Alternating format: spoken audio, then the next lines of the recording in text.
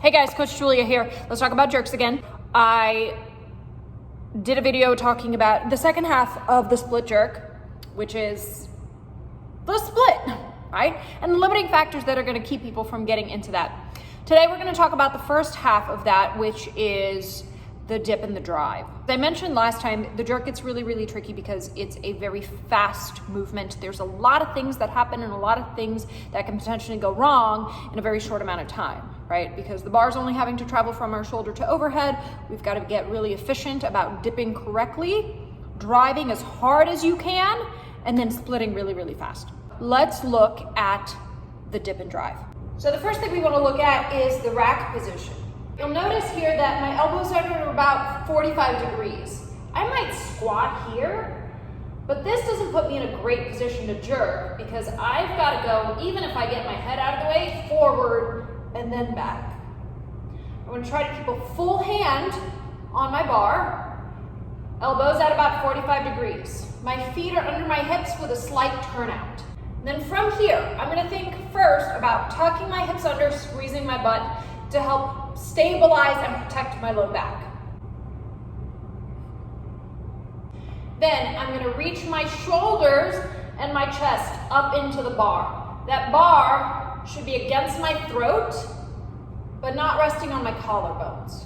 I want my shoulders reaching up into the bar and my chest pushing forward so I get good thoracic extension. And then, before the actual dip, I need to get my head backwards and out of the way. I like to teach getting the head set before you start the dip, because a lot of times I'll see athletes wait until after they dip, and then they try to drive on the bar and get their head out of the way all at the same time. And that's a lot more moving pieces you have to try to manage, and it doesn't always work out, right? Sometimes the head's not set properly, and the bar ends up going forward. So if we just set that head backwards and then start the dip, you're already good to go.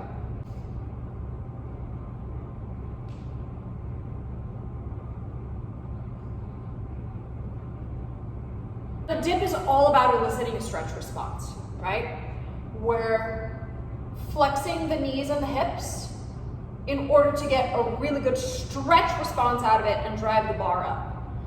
So it needs to be very vertical so that the bar doesn't go forward and back, because we're just looking for a little stretch and drive. It also doesn't need to be too deep, right? If you start to dip too deeply, then at a certain point, your hips are going to start to travel backwards and you're going to dump your chest forward. It also can't be too shallow because then we won't generate enough drive on the bar. Every athlete's a little bit different. Generally taller athletes will have to dip a little bit deeper. Short, stretchy, springy athletes can get away with a shallower dip. But your big priority through the dip is that foot balance stays even, right? So you've got even pressure in front of the toe and the heel, so everything stays centered over the midfoot. The elbow in the rack position stays consistent, and that as you dip, the knees stay over the feet, meaning we're not dipping with toes pointed here and shifting forward. Toes are out, knees match. We're spreading the floor with your feet, keeping your chest up nice and tall into the bar.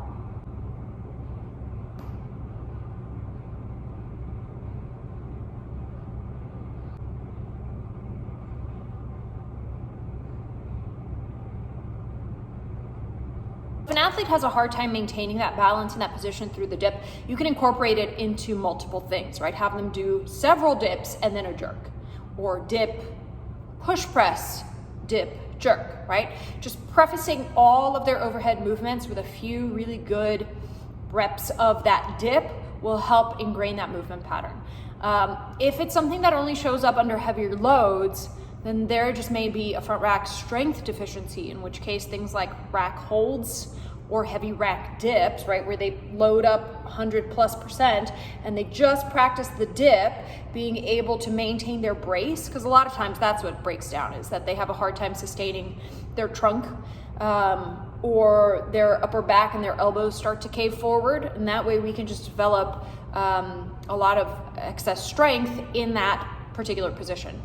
Okay, now the drive, this is where I find it gets tricky, because again, athletes get really scared that they're not going to get their feet out in time. right? Because it's so fast, they're so preoccupied with needing to get their feet to this really big base, they oftentimes will cut the extension short.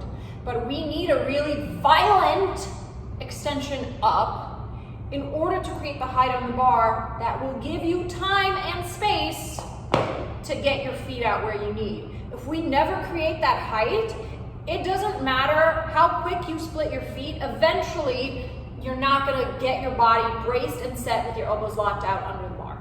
You can train the drive specifically with jerk drives, right? We just practice the dip, you practice driving the bar as high for shoulders as you can, finishing with the legs, right? Constant pressure down into the floor, opening the hips, the knees, the ankles. I also like to integrate it into push press plus jerk. That is one of my favorite complexes for teaching athletes how to continue the drive for a really long time and then see if they can apply the same thing into the jerk, right? Generally, if they are inconsistent in how long they're pushing for in the push press, they'll slide backwards, or they won't get the bar particularly high, or they end up doing like weird wormy things. The goal is to get them to brace really well, find that smooth controlled dip, and then use their legs. Let them feel their legs pushing through the whole movement.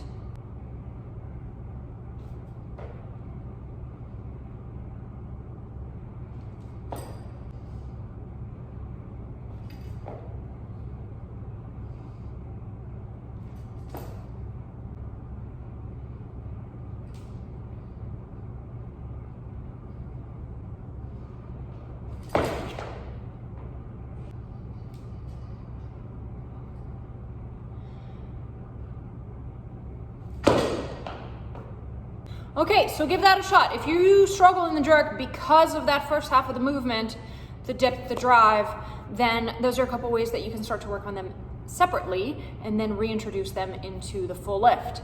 If you have questions, leave them in the comments below. If you haven't subscribed yet, please do. I come out with these videos every Tuesday.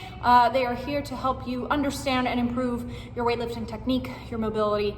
That's it, kids. See you next time.